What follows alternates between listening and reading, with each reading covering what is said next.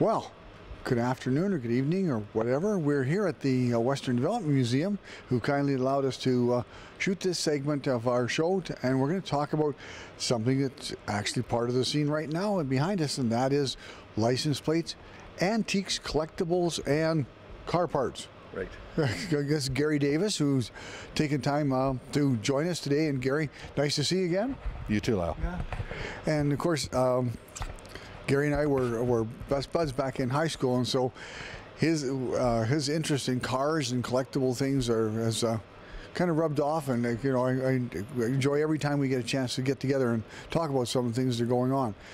Let's talk about the show when it's and the sale when it's going to take place, Gary. March 28th, 29th, Friday, Saturday, at the exhibition grounds.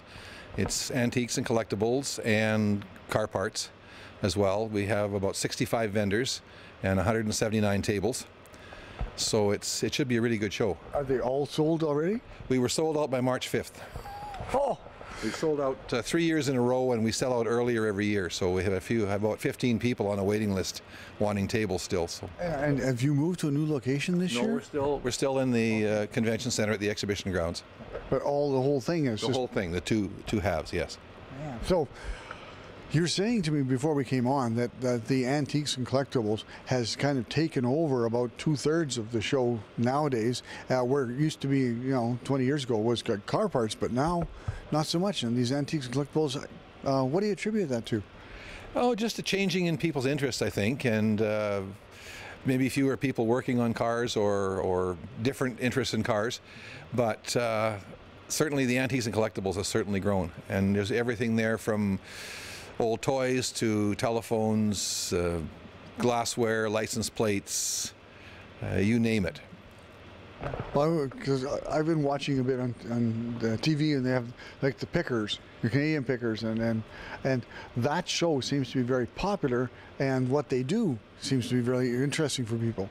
I think so, yes. And I think that has spurred some interest. The American pickers, Canadian pickers shows, people see what's out there, and it reminds them of something they had when they were growing up. Yeah. And like someone said, once I get 2 of something, I have to start a collection.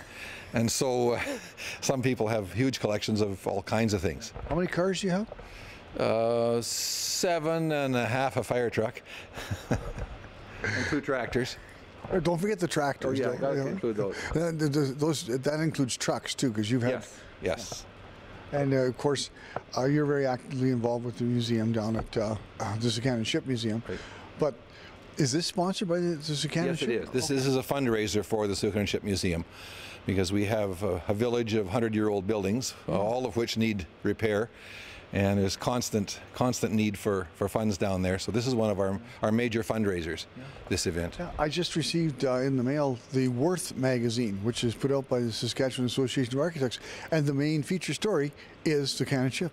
I saw that for the first time today. Yes, yeah. A very nice article, a good picture on the front, and yes, it's we're getting a lot more publicity. Well, yeah, I remember it used to start off by the road, and there was a few businesses by the road. Then there came the church and the school and the train station, and now you're behind that row of trees, right, and into your second generation of build, and third even, because now you're moving down to the farm implements being demonstrated on the west side of the land there. We have some new display buildings on the west side of the grounds.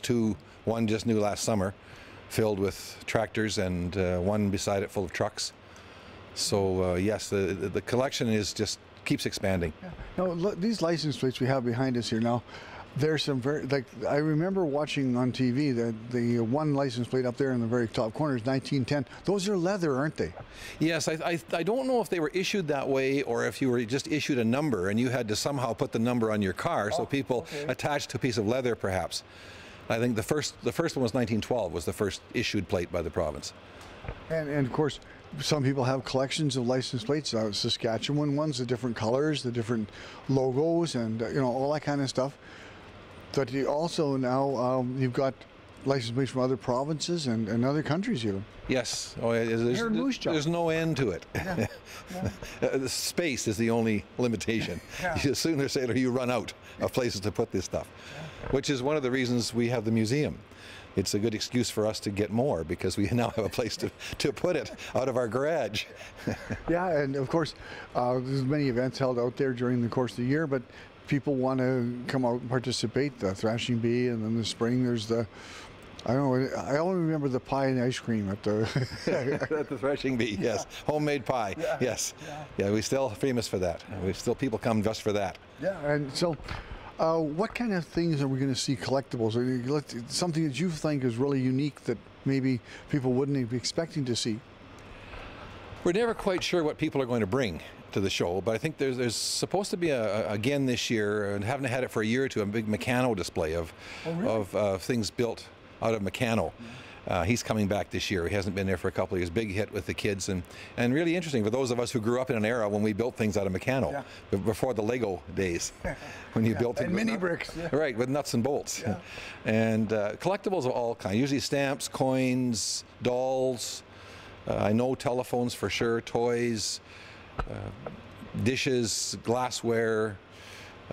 You name it. And these people are vendors too. I mean, you can go to and see them, but you can also buy and and swap and sell. Exactly. Yes, that's their reason for being there, is to sell some of their stuff and make some money so they can probably go buy some more for their collections. Well, that's the way it works. And also, people come to the show and go to a vendor who has a certain display and say, I have one of those at home, I want to sell it, are you interested? So people come to the show also to make connections with other vendors and with customers. Now, you said 169? 179 tables. 179 tables. So, you know, tables like, is it like a 2x8 or 3x8? And so you can put a lot of stuff on there. You can put a lot of stuff on, behind, under, yes. And some have shelving units they put behind their tables or on their tables to display more stuff. So, yes, there'll be a tremendous amount of stuff in there. Now, do people go? Is there a circuit around where people go to these kind of events, or is this like is this the premier place to go? Some of both. For a lot of the local people, this is maybe the only one they attend. But we've got a new vendor now who's coming in with, I think, automobile memorabilia, petroleum kinds of stuff, and he's from Medicine Hat, and he said he's doing 4 or 5 shows on consecutive weekends, including ours. So this is his first time here. So for some it's part of a circuit, for some it's just a once-a-year outing. What a fascinating way to go back and have fun. You go, oh yeah, and you say, I got one of those, or, you know, or, oh, I had one of those. Yeah, as we were walking here to this, we were saying, looking at the cars and the vehicles, and say, yeah, if we only knew them. Yes. Yeah. Yes. Yeah. So what about car parts? So we talked a bit about that, and car parts, of course, people have restored cars, and sometimes it's more difficult to find cars to restore. And yes, there's still a fair number of parts and car parts. License plates too is another thing people come looking for. If you have a vintage car, you want a plate to match your car. There will be a good selection of that kind of thing. Also manuals, maybe shop manuals, owner's manuals, showroom brochures, that kind of thing usually shows up there. How old do we go back in time, Gary, for some of these things? Oh, the car parts will go back to the Model T era probably. Although a lot of them are newer now because the guys who grew up with their Model Ts are thinning out. Yeah. So to a lot of these people, an old car is from the 50s or 60s. Yeah. That was like our first cars, though. Exactly. But so you've got these dishes, you've got plates and things like that. So are we talking 100, 200 years old? Probably some would go back that far, yes. And I'm sure that's, I don't know what they're bringing, of course, but usually there's stuff that's 100 years old for sure. And what time of the day are they open to be able to come and see it? The setup is in the morning for the vendors on Friday morning till noon. It opens to the public at noon on Friday the 28th, goes till 8 in the evening, and then Saturday it's open 9 to 5. Okay. What's the cost to come? Just $5. That's a good deal, you know, for what you're going to see and what you're going to be able to participate in. It is. Compared to the rates for other antique shows, they're almost double that. But we would like to see more people come out, bring their friends, bring the whole family, try to keep the prices to the point people can afford to come out. Yeah, and there's always, you may find that hidden treasure, or that, you know, that part that you need, the carburetor, you know, float for just to complete it off, and you may have it there. So it sounds like a really exciting time, and thank you guys for getting together. How long does it take to put together, Gary?